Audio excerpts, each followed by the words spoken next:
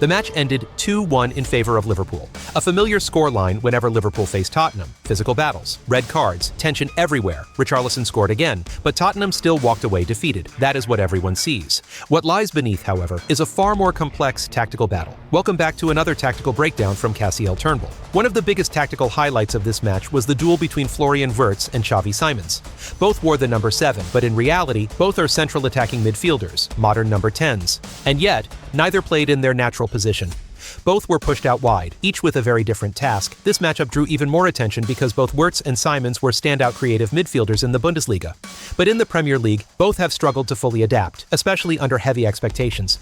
Wirtz is viewed as the centerpiece of Liverpool's future project, the player meant to shape their next tactical evolution. Simons, on the other hand, is arguably the only consistent creative outlet Tottenham have right now. After 90 minutes, the contrast became clear. Wirtz registered an assist. Simons left his mark through a careless and unnecessary red card, a moment that pushed Tottenham into a completely disadvantageous position. Identifying Liverpool's weakness in dealing with aerial balls and long passes, Tottenham positioned Xavi Simons very high up the pitch. He functioned as a connector between the ball-winning midfield line and the attacking unit ahead. The plan was simple.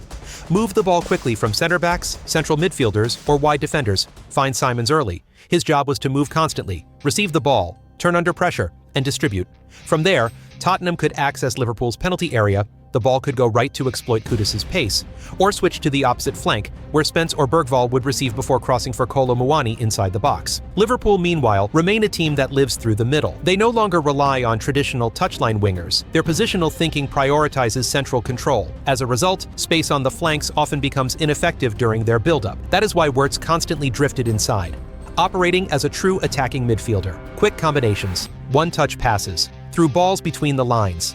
The opening goal scored by Isak perfectly illustrated this approach. Liverpool's fullbacks held their positions, but could not push too high due to Tottenham's defensive structure.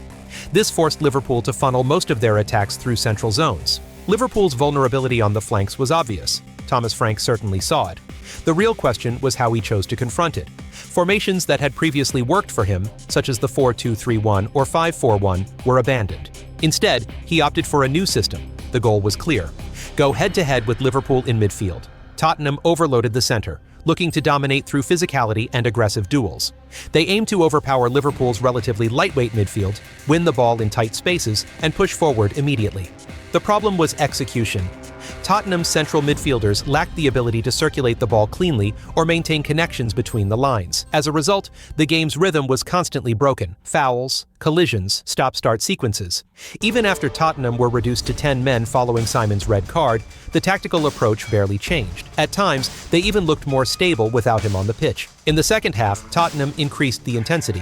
Richarlison pulled one back. They pushed Liverpool deep, even with only 9 men. But effort alone was not enough. This was a gamble. Thomas Frank went all in, and he lost. In contrast, Arne Slot once again demonstrated his ability to adapt.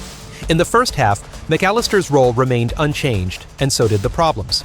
Once Tottenham went down to 10 men, the need for a deep playmaker diminished.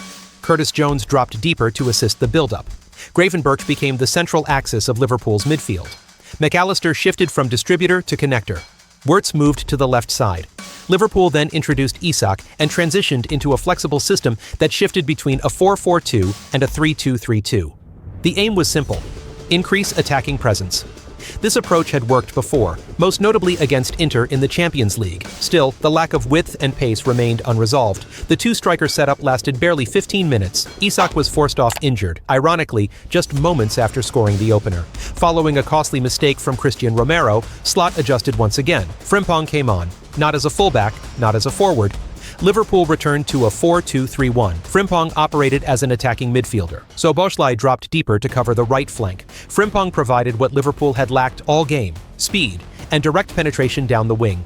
This became crucial as Tottenham continued to crowd the midfield. The numerical advantage finally translated into structure. Liverpool's second goal came from a genuine wide attack. In summary, this was a match where Thomas Frank gambled on outthinking his opponent. The theory was sound. The execution was not. Tottenham only showed real life in the final moments. Arne Slot, meanwhile, constantly adjusted to survive. Even though both key substitutions, Isak and Frimpong, failed to complete the match, Liverpool still emerged victorious. Adaptability made the difference. For Thomas Frank, this defeat only adds more pressure to an already unstable position.